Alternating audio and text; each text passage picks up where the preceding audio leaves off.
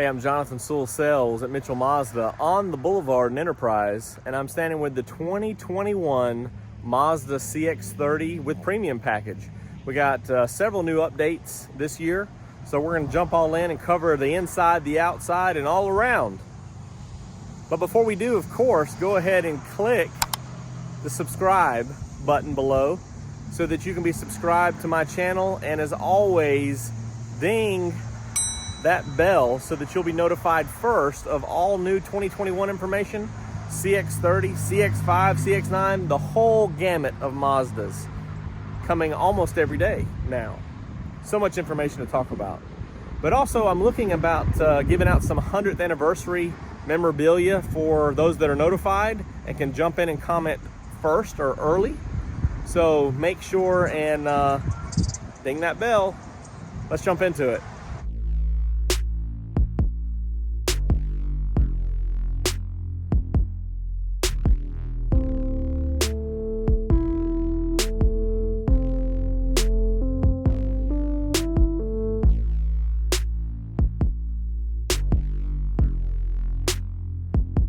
Okay, let's get started up front. Something that I neglected to talk about last night as I was looking at the exterior and interior lights is that these signature lights are actually adaptive. So they will turn left and right with the steering wheel to kind of give you that visibility around the turn. Also, you'll see, since you could see that on that video yesterday, but there's the groove difference in there that we were trying to show with the lights on. And then of course these streaks here, the light comes through, and that's your signature lighting. So this one of course is the Snowflake white pearl, which we got some really dark clouds. I don't know if it's about to rain, but now they seem to have moved on. So we're getting a little bit of sunlight on this. So you'll see that flake in there, which is very pretty. Of course, they charge $200 for this. So with that $200 price change for this model, also some of the other changes, we see another increase. So we'll talk about that in just a minute. Still have the same 18-inch wheels. And of course, yes, the same plastic cladding. So those 18-inch wheels, as I was saying earlier, just give a little bit better stance to me and ground clearance. So kind of tucked away and hard to see in the daytime is the parking lights and blinkers right there, and as well the turn signal right here in this side mirror. Some of you had asked, these are breakaway, so you can prevent damage by having them hit there, but they're not power folding, so don't have that on the CX-30 yet. Of course, from the Select and up, you get the new blind spot monitor with rear cross traffic. And as you saw from the brief intro there, this is pretty typical back end here, especially with the Skyactiv with the dual exhaust. But on the Premium, you do have the good old power liftgate. And this is actually pretty quick to me and seems to be a little bit of a smoother system overall than the CX-5, even though it's the same technology. I don't know if it's just the position or what. So up here you do have that power liftgate button or a lock button, which is really good. Of course, on the key fob as well. 60-40 split, of course, and you can get the optional cargo cover here, and do have that little lip, which I've talked about on videos before, to hold everything in place. Your spare tires right here with all your tire tools and jack. And of course, since we're showing it here, you do have the Bose system, which is only available on the Premium in 2021. So you do have that Bose system, which is something where the audiophiles like. Shut that down.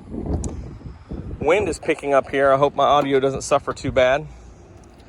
So the last thing on the outside, of course, are the sleek chrome roof rails. So that's standard on every Premium, just to give it a little bit more of a utility vehicle look.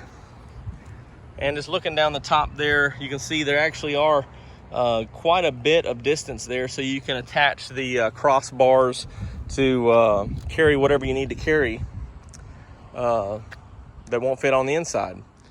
So speaking of inside, let's jump on in. Okay, so with these doors opened up, you can see what kind of room you're looking at. They do open really wide to give you a lot of room, so you can easily slide on in there in the back seat or walk right in on the front seat. You do have the power seat, which is carried over from the Preferred, which is an 8-way power. And of course, right up here, we see the Bose system, which previously on the Preferred, now just on the Premium. And these gloss painted trim pieces that are part of that upgrade to Premium. Nice perforated seats, and you can see kind of the two-tone, maybe you can see that, of the brown inside, which I really love, and of course the brown stitching. So on this Premium, you do have leather interior and the brown trim right here on the console and all the way around, so really nice.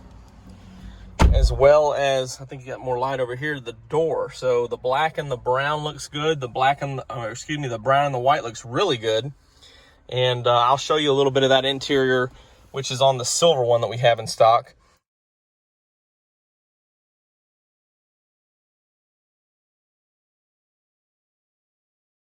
So the nice leather wrap steering wheel, of course, is very stylish, feels very good. Let's just crank this up. Then you've got the big, wide, uh-oh. I don't own the rights to this music, but while we're talking about it, if you go right here to Entertainment, Beatles channel, I don't own the rights to this music, but it's right there on satellite radio. So of course you get SiriusXM with the Sirius with the Bose, and that gives you a trial of the traffic link and for the navigation, which, by the way, navigation is now standard. So right inside here in this little flap, you'll have the map card with the, or nav card as it's known. So that gives you navigation here, and loading. There we are, near Rucker Boulevard, as you see. So you have the navigation right there. That also gives you the ability in the active driving display to have your, which is kind of hard to see, kind of on that blue car. It's not really focusing. We got 0 miles there. But the active driving display gives you navigation, gives you the speed. Also, the cruise control will show up there. So you can see I just toggled that on and off. As well as, because of the nav card, you do have traffic sign recognition. So when you're inside here in the settings, you can control all those things. Just hold that up here. In-vehicle displays, active driving display. You can adjust the height or tilt there. The content you can control, street name.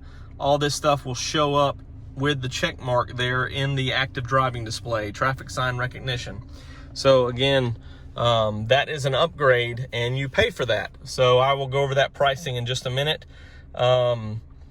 Everything else is a carryover from the Preferred. So with the exception of this power liftgate button here, you do have your memory seating or positions for the driver's seat, and everything else very similar. Automatic climate control, one USB in here, and everything's looking pretty good. I like the brown.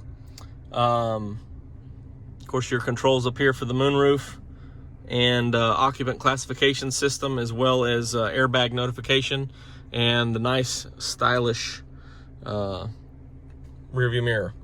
So let's go back into the back seat. Check it out. As we're approaching, maybe you can see how that perforation looks a little different here because of the perforated area with the brown in it. Looks a little different color, which is pretty cool. And the solid portion looks darker, which it's all black with that brown accents. So I was really comfortable up front, not so comfortable back here, but I do have an area to wiggle my knees in and slide my feet underneath, so that I have room here. Do have rear AC vents. Of course, on the Select and Higher, you do have the fold down armrest with cup holders. And I know some of you are wishing for USB ports on this vehicle. I 100% agree with you. Think it's as cheap as that hardware is. It would have made sense just to put a one or two right here. Even if you didn't want to have a console like on the CX-5, but you could have tied it in there to the front console for charging for all the devices and all the kids, and that would have been perfect. But they chose not to do that. So maybe that's something for 2022. Just a similar design as far as the theater seating back here. So we're actually looking up over the shoulder of the person in front of us, and I do have really good headroom. Again, I think I've talked about this before because of this bump. So that window would go back, the moonroof, to here, and I've got pretty good headroom. Even with my hair spiked up, I'm not touching the roof there, and so you do have pretty good room other than leg room. That's about all on this Premium that I can think of. I do need to cover the price differences. So let's just take a quick look at the inside here of the cockpit, and then we will jump outside and talk about the price differences. Okay, trying to walk around and do a mental checklist real quick. I know I didn't talk much about the safety, but it's a carryover.